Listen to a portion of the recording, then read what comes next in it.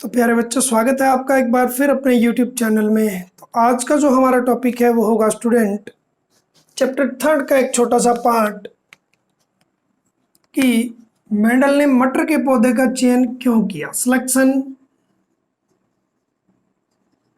Of P plant, यानी कि मटर के पौधे का चयन।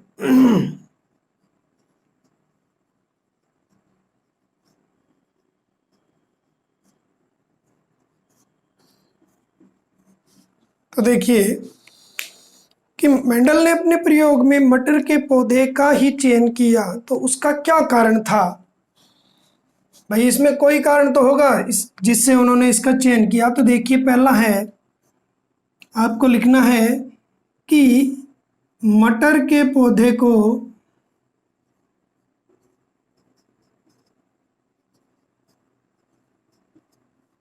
बगीचे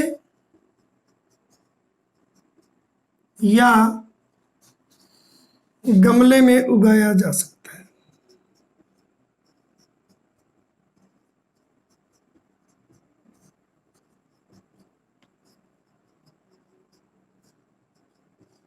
नंबर 1। सेकंड है, यह आसानी से उपलब्ध होने वाला पौधा है।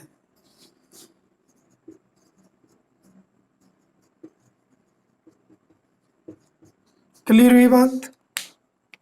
इसको उगाया भी आसानी से जा सकता है और ये उपलब्ध भी आसानी से हो सकता है। नंबर 3 देखिए, यह 1 वर्षीय पौधा है। क्लियर हुई बात कि 1 वर्ष में ये फसल दे देता है। 1 वर्ष का पौधा है, यानी कि इसमें फल लग जाते हैं, पक जाती है फलियां इसकी। तो 1 वर्षीय पौधा है, यानी कि जिससे कम समय में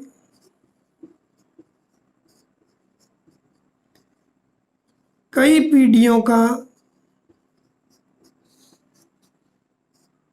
या जिससे कम समय में कई पीढ़ियों पर प्रयोग हो सकते हैं।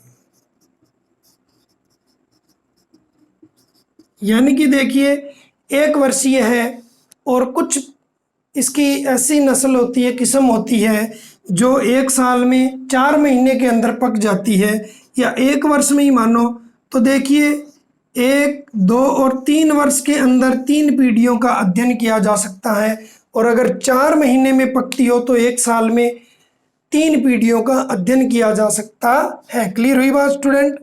यानी कि कम समय का पौधा है, पक जाता है, 1 वर्षीय पादप है। क्लियर हुई। थर्ड पॉइंट देखिए, 4th पॉइंट। अब क्या होता है मटर के पौधे में स्टूडेंट, यह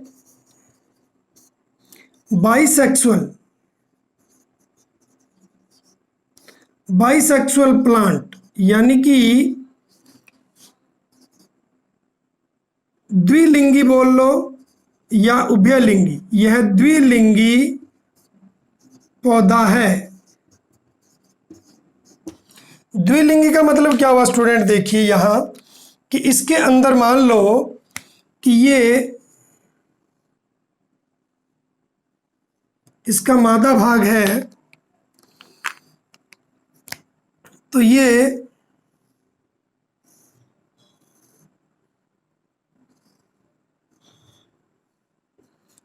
इधर देखो, इसमें ये पुंकेसर होते हैं।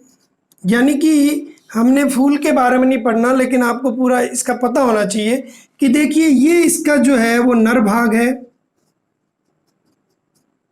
और ये वाला भाग वर्तिकाग्र और अंडाशय, ये इसका मादा भाग है। तो देखिए नर व मादा भाग एक ही फ्लावर, एक ही पुष्प, एक ही फूल में पाए जाते हैं, इसलिए यह द्विलिंगी पौधा है, बाइसेक्सुअल प्लांट है। क्लियर हुई बात। अब देखिए द्विलिंगी होने के कारण ही क्या होता है इसमें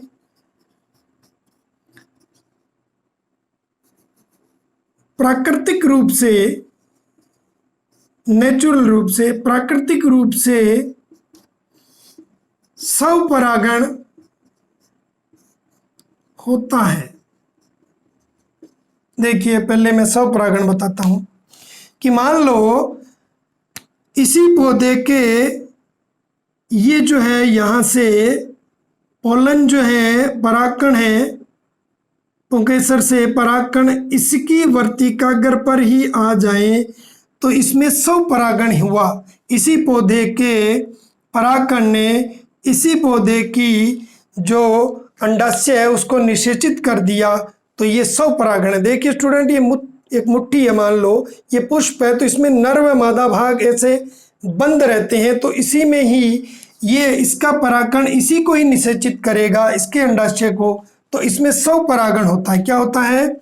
स्वपरागण, जिससे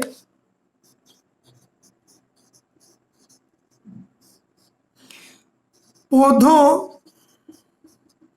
के गुणों की शुद्धता,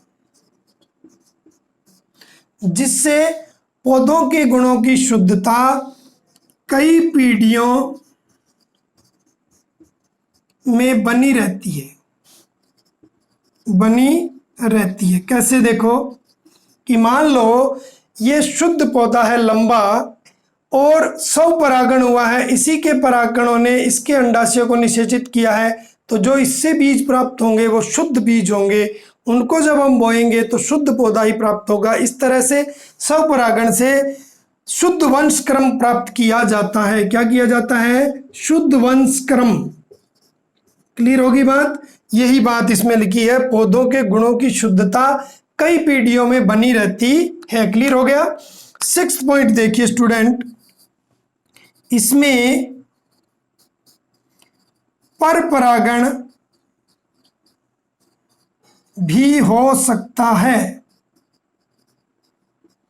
क्रॉस पॉलिनेशन। परपरागण का मतलब क्रॉस पॉलिनेशन, इसमें क्रॉस पॉलिनेशन भी हो सकता है। कैसे? देखिए कि मान लो ये तो एक पौधे का पुष्प है, यहां हमने दूसरा पौधा लगा दिया और उसमें ये फूल है मान लो,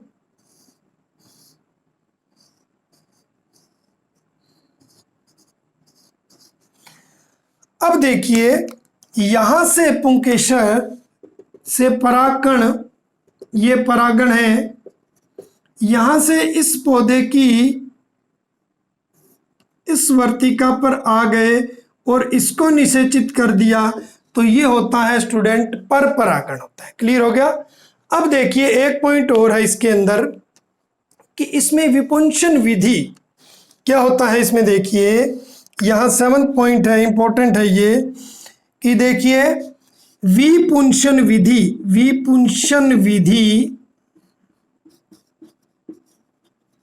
से, ध्यान से देखिए, कृत्रिम परपरागण भी हो सकता है,